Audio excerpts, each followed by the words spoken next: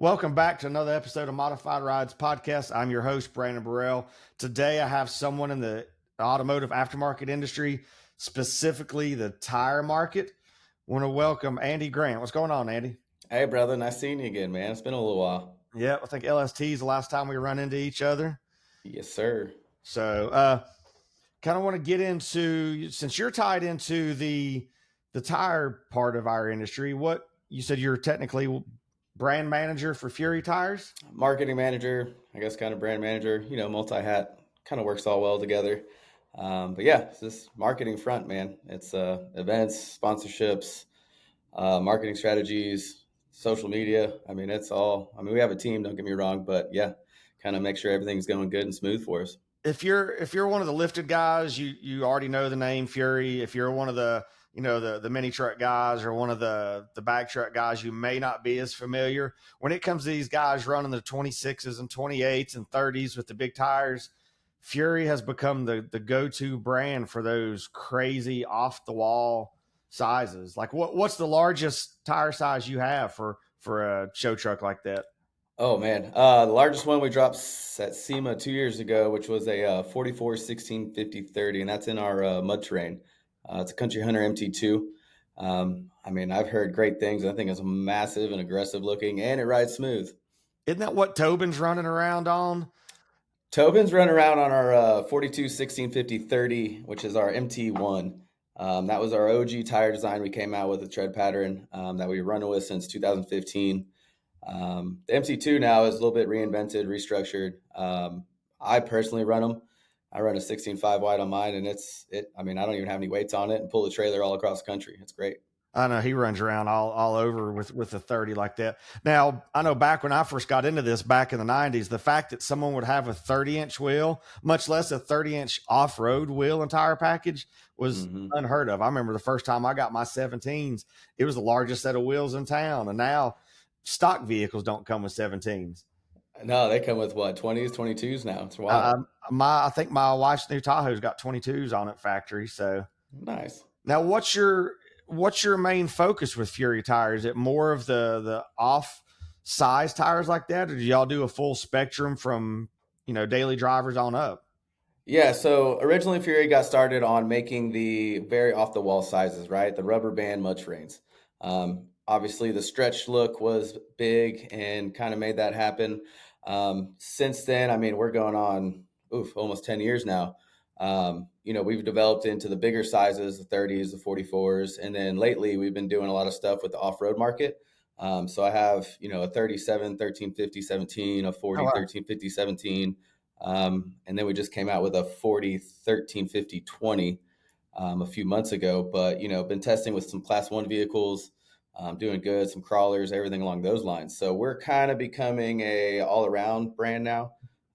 We make the smaller stuff, for your 17s and 20s, but the smallest we make is about a 32-inch tall. So not quite your stock, vehicle, but, throw a level kit on there, and then you can definitely rock. I know. I guess so. When Fury first started, it was geared towards more of the mall crawler SEMA style, show stuff, not the go out in the mud guys.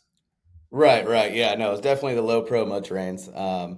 That's when I started following them. I've been, you've seen Fury around for a long time now.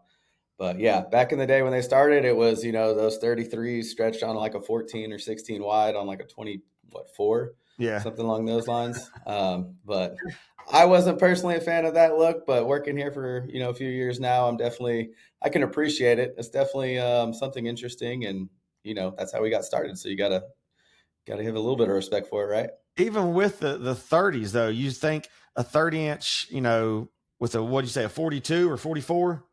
Either one, yes, sir. So that's still somewhat of a smaller tire, but it's still not like what I'm running on my street wheels. Yeah. No, you still, on that one, you'll have about like 4 or 5 inches of, rubber on the side of the tire. So, it's, what was that, 30, 44? So I guess 7 inches. Yeah.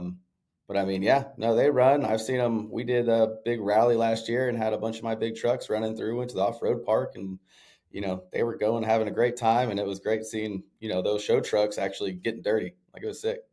Well, I guess let's go back a little bit. And Find out who Andy is and where Andy got started in this, because I'm sure you just didn't graduate high school and step right into being, marketing at Fury. So where did you get your start in the automotive world? So I guess I would say the bug kind of hit me when I was, about 9, 10 years old. I'm actually one of the only ones in my family that are into cars and vehicles like I am.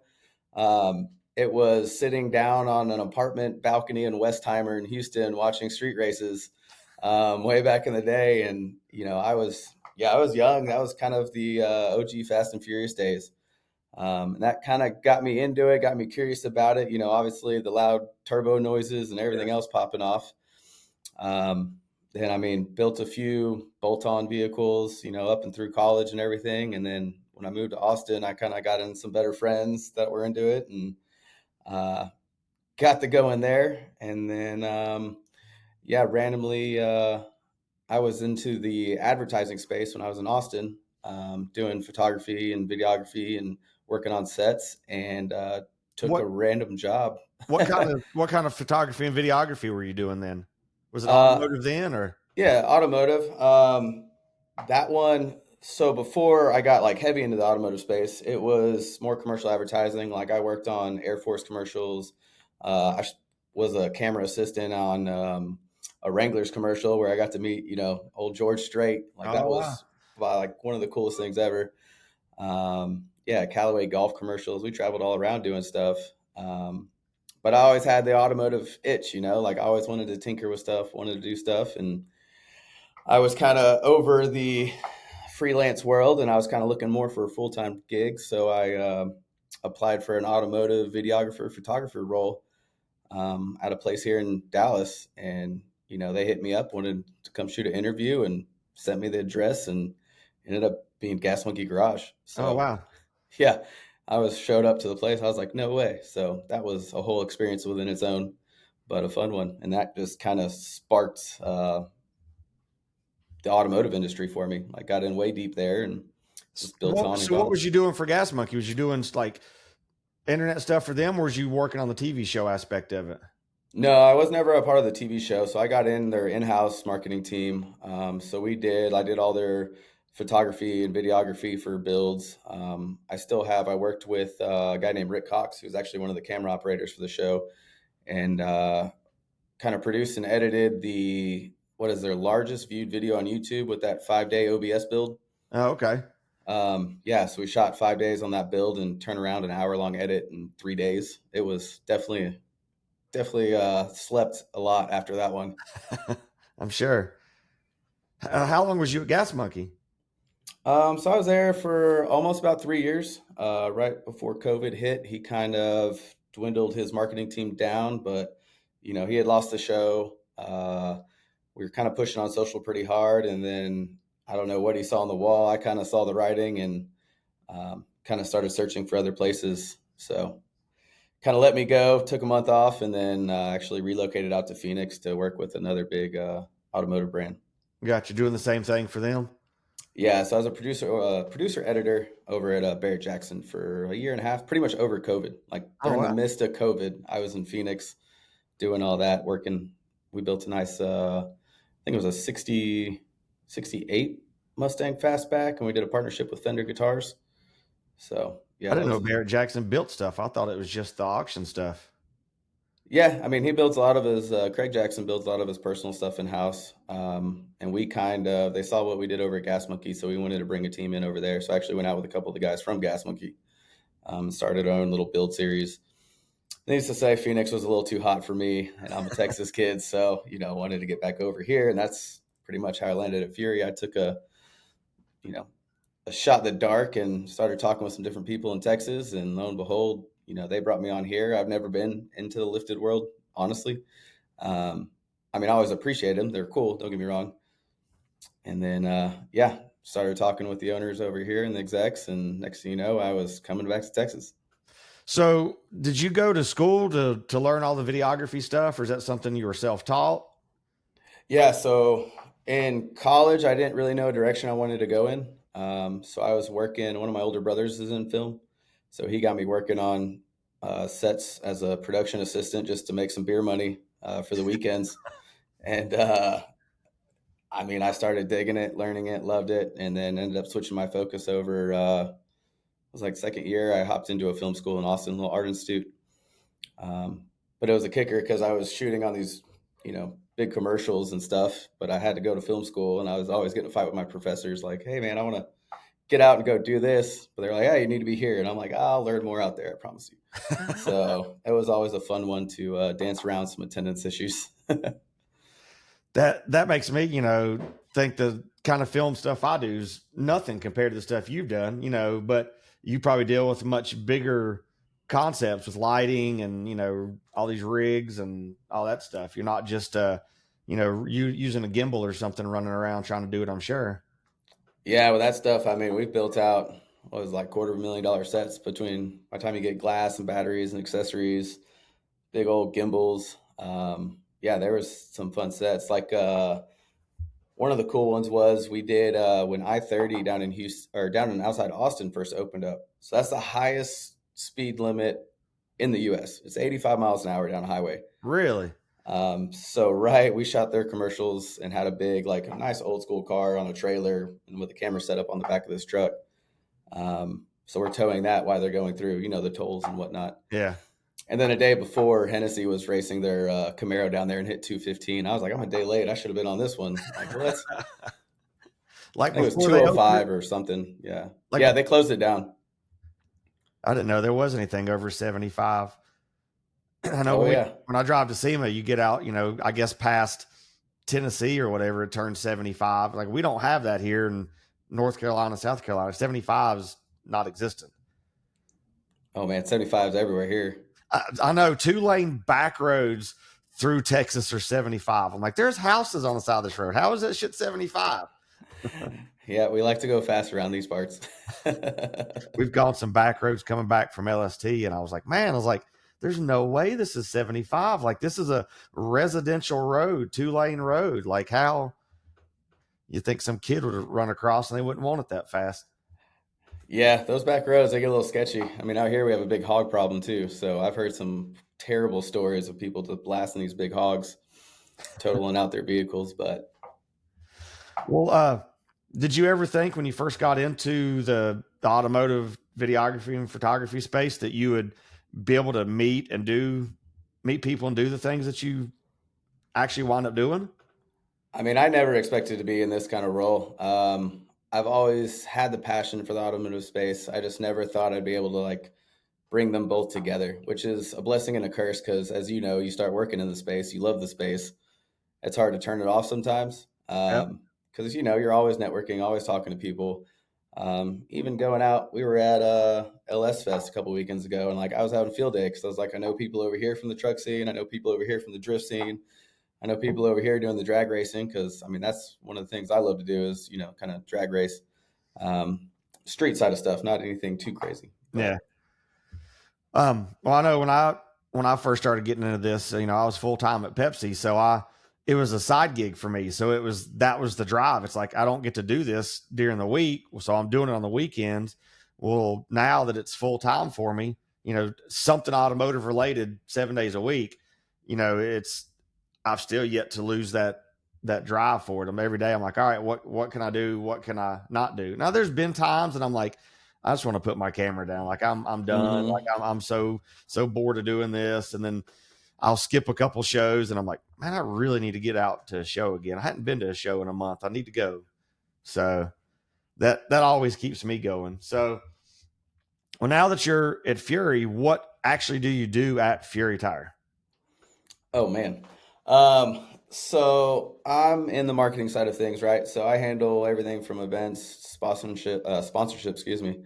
Marketing strategies. I have a team that I work with here. And then me and the CMO, we work hand in hand. So if I can't handle something, he'll take over and handle it. If he can't do it, he'll, give it to me.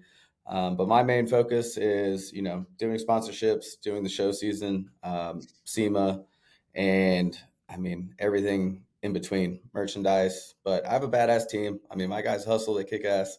And, I really couldn't do it without them. Like, we've done, really well the last couple of years since I came back on board and started, rebuilding and building a team to my liking. And, I couldn't do it without them. Like, I really can't. Well, you mentioned the sponsorship thing. That goes back to, like we talked before, a couple episodes ago. I did an episode about sponsorships from a sponsor I guess it'd be someone that actually has to reach out to companies like you to go, hey, I got this build. How do I get these tires? How do I get these, this exhaust, whatever, from all these various companies. So as someone that handles the backside of that, how can someone step into reaching out for sponsorship? What does it take on the industry side for someone to achieve a sponsorship with a company like yours? I will say the first thing not to do is direct message or IG the brand, like Instagram or anything like that, or email the brand saying, hey, can I get a sponsorship? That is like the all being of, I get so flustered with that because it's like, well, like why? Like why? If you don't take the effort to put in and propose something, like why do I even want to take the time to respond? But I mean, it's a lot of us, we have relationships. We know good builders. We work with a lot of people and, some of the top builders in the industry, like, we have relationships we work with.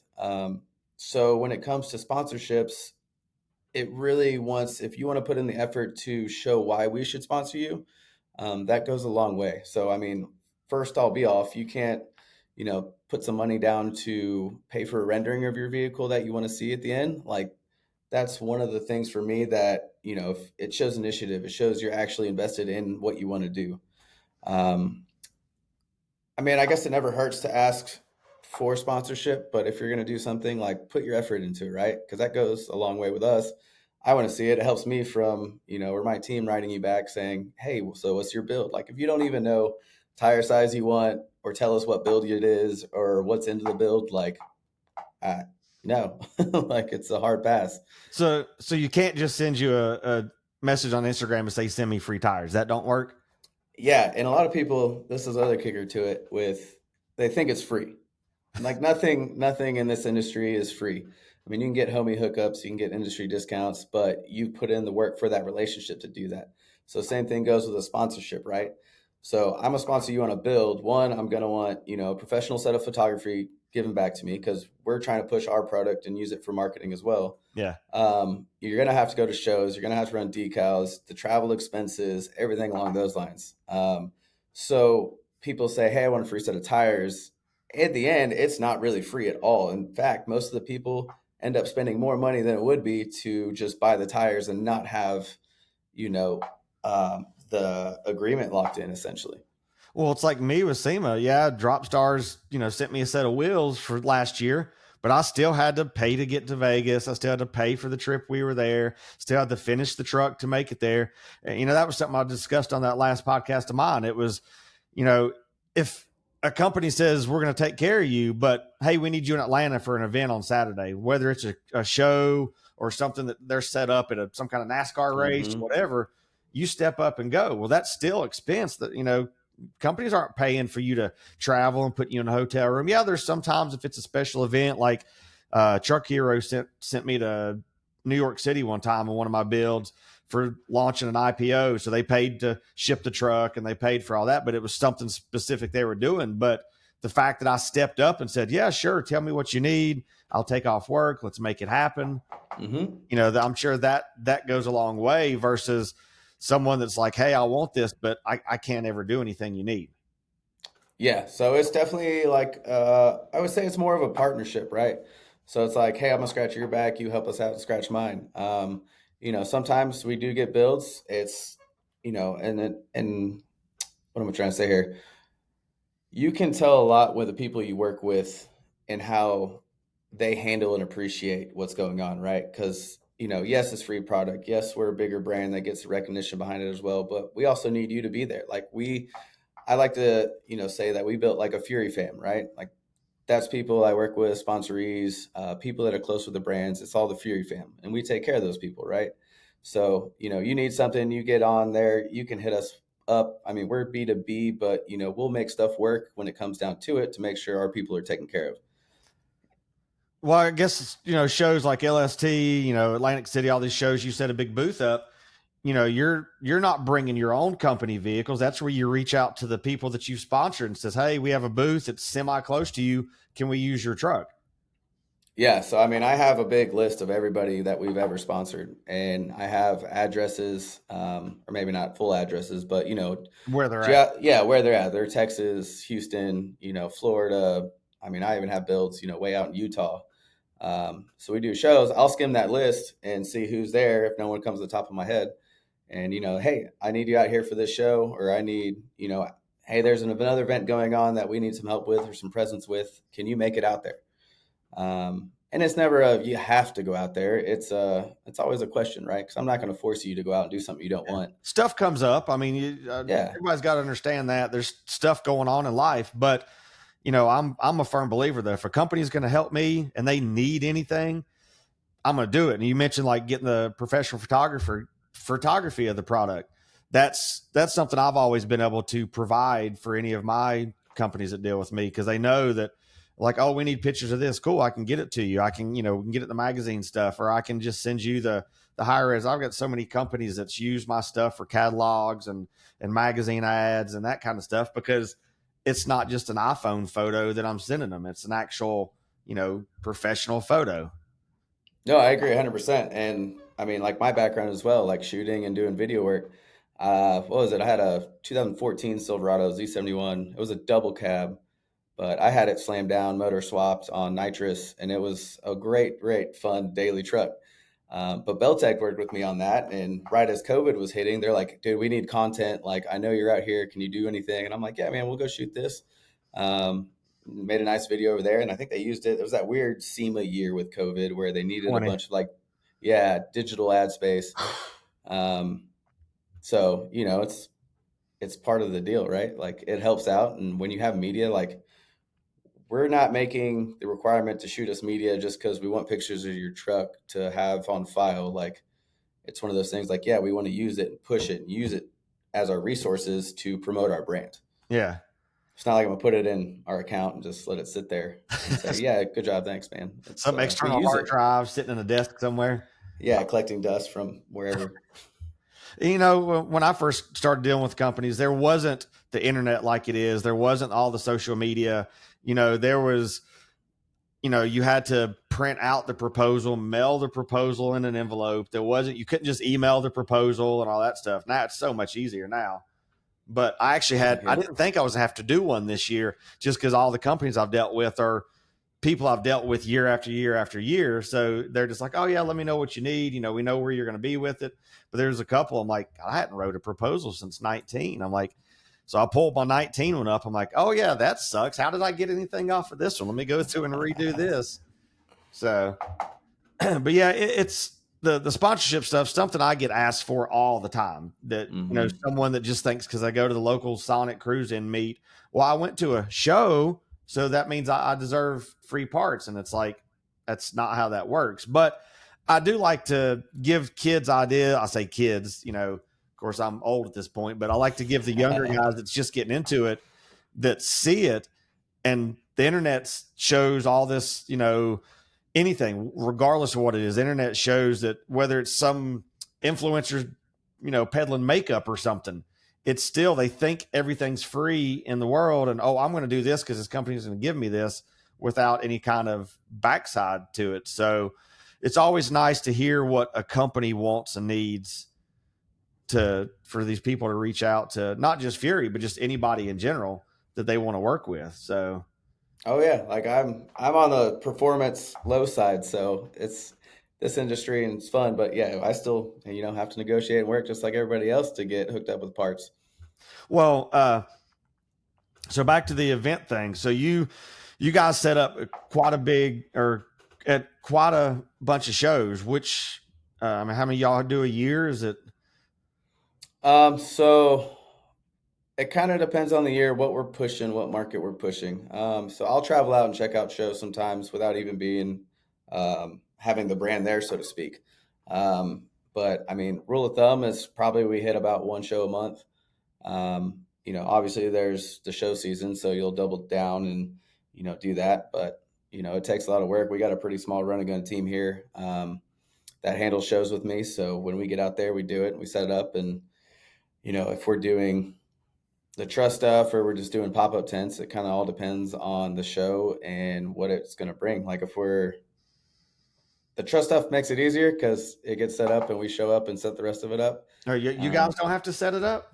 Not the trust. There's some insurance stuff that works in with that one. So, we'll get a professional to set it up and whatnot. But then we'll set up, the rest of the booth, the tables, displays, make everything else look pretty. I got you. I know like Ramos and those guys at Drop Stars and TIS, they set their stuff up at all of them. I don't even think they have to guess. They've set it up so many times. Oh yeah. No, they have their own trussing and haul a trailer all across the country with that. One day, we'll get there, but for now, we're making it work. So you guys doing a booth at SEMA this year? So we're looking at doing a booth at SEMA this year. The only thing I can really say on that at this point is we're trying to bring it back to the old school Fury. So Okay. if you've been following our brand, seeing us at SEMA, Okay. you might have a better idea. But, I don't want to say anything just now because they're doing all sorts of construction at SEMA this year and switched everything up. So Oh, did they? yeah, the whole outside parking lots is getting all torn up. So The front lot? yeah, I think it's outside Central. The big drift lot where they have the old Ford lot, I guess you'd say. Yeah, the old Ford lot. I didn't know they was tearing that up. Yeah, so they're tearing up the parking lot. So the outside space where, the big truck stuff typically goes got a little condensed. So I'm curious to see how they're handling it and everything. I'm assuming they're probably going to push people out to the West Hall. I hope it's not like they did that one year where they put everybody outside the back of Central Hall that no one knew you were back there. Like you're going to get in the bus and you're like, wait a minute, what are all these cars doing back here? Yeah, yep. So we'll see. I'm curious to see. We got to talk with them here coming up. So well, that makes people go to follow the social media stuff to keep tabs on what you guys are doing. Yeah, I mean it's at Fury Tires, or hit up the website furytires.com. You can check out all our sizes, dealer locator, everything along those lines. So we are B2B, so we don't sell direct to consumer. So you'll have to run through a dealer, obviously with warranty, stuff like that. Yeah. Well, what is the future of Fury? Is there something you are working on that you're trying to push a new envelope? Is there new styles? Like what are you working on with the brand? Yeah, we got a couple things we're working on right now. Obviously it's pretty under wraps at the moment. But we're gonna try to change up the scene a little bit. Probably come SEMA. Oh. So yeah, just keep a lookout and you'll dig it. Well, I know I keep hearing stuff about like you guys have a warranty that no one else has. Oh yeah. So that's our total tire protection plan. So we dropped it at SEMA last year. Talked a bunch. We have our own podcast called Tread Talk. That's talked where a I bunch actually about heard it. about it. Awesome. Well, see, one person, it's worth it, right? Yeah. But no, so it's called our total tire protection plan. Pretty much that runs included with every purchase. So it's no additional cost to the end consumer. And it covers all of our tires. So comes included with every purchase. The first, within the first year of purchase and within the first 25% tread wear, it's essentially an on-road and off-road road hazard warranty. So, you get a debris / a tire out, it gets replaced at no cost. You go off-roading / a tire, on a rock, no cost. Swap it out. Oh, wow. So, we had a few years ago, there's a lot of people, talking bad on the brand essentially for being a new tire brand. That stuff wasn't working, so this is kind of our hey, we got all of our stuff together now. We've had it together, but this is more of another public push to say we back our brand, we back our product.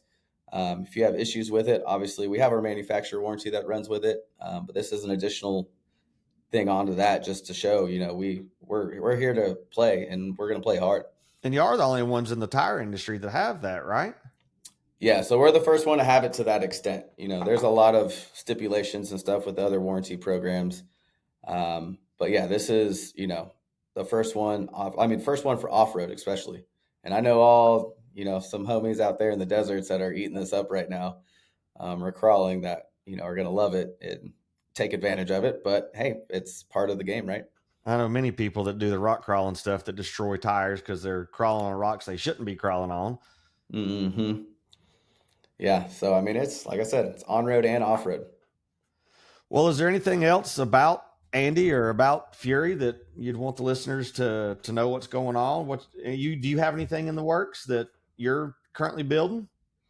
Actually, I do. I have my little single cab. I actually just picked it up this weekend. It's a '04 Cat Eye. Single cab, just got fresh paint with the cyber gray. Willwoods on the front, 15-inch conversion on the rear. It's got some big goals ahead of it, but right now it's pretty much fully built minus the stock motor and fuel, which is, the heart of it. But, Yeah. Got a 4.9-inch with a cradle in the rear of it, built 4L80 with manual valve body. Will be set up for air. Got to have the tires on the back, which I keep wishing we'd come out with some performance tires, but that's a big one from our lifted side. So it's fresh paint. I mean, it's got custom uppers and lowers, tubular control arms. Nice. From my boy down in Alvin, Wicked Fab, or Wicked Fabrications. There's a couple Wicked Fabs I've learned. Yeah. So it's a long travel front end with QA1s on all four corners, shock relocation in the rear. So it's a little Texas street truck is what I like to call it. Which that's big down in Texas. Like that's a whole different look and feel. Like you see one of those trucks and you're like, yep, that's from Texas. It's like you have your own look down there. I always say Texas trucks give trust issues because you never know what's under the hood of them. If you see a tire on the back, like hold on, because they're probably about to blow your doors off. It's not the typical 5.3 that's stock or anything at that point. Yeah, no. I mean, my setup. Hopefully, when it's all said and done, we'll be pushing. Well, I already have the twins, so I got mirror twins, 67s.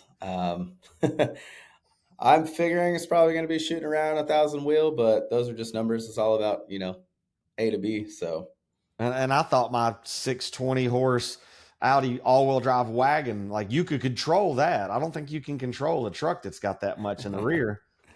Yeah, it's going to be a learning curve for sure. Probably going to be skating a lot, but we'll see how it goes. I mean, it's part of the game, right? I could have went 4x4, but those are sketchy when they're fast, which seem like a lot of fun too. So that might be the next one. Yeah.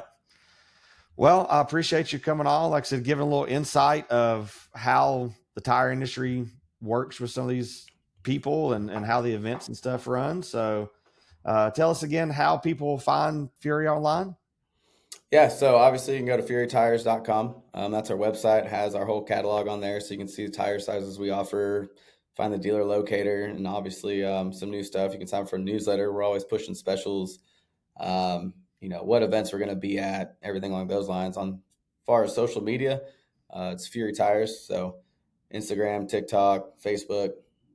We always love to hear from people and hear their stories on everything. So, want to give us a follow. We got our media guy here does some pretty sick content too. So always looking at that.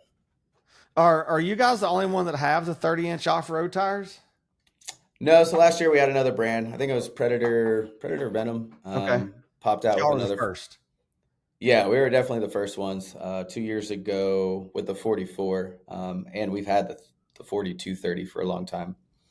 But I mean, on that stuff, we're the only ones that make the, we just dropped that. Was it a 295? It's essentially a 37 for a 28 with a 16 wide. So we got a lot of sizes that we only offer. And then we have, actually, we just dropped. This will be good for your tow rigs. It's a 37, 12, 50, 26, and a 24 for, and that's in our RT Plus. So it'll be an F load. We just dropped that a couple weeks ago. Nice. So yeah, all the goosenecks and stuff to have a little bit better tire than a little low profile on the back. Yeah, it's a little more meat. And then have the 1450 for those guys that want to run in like a super single front. Gotcha. Well, I appreciate you coming on, and I guess we'll catch you at the next show. Of course, buddy. Well, hey man, pleasure being on here, and always good time talking with you. All right, man. All right, see ya.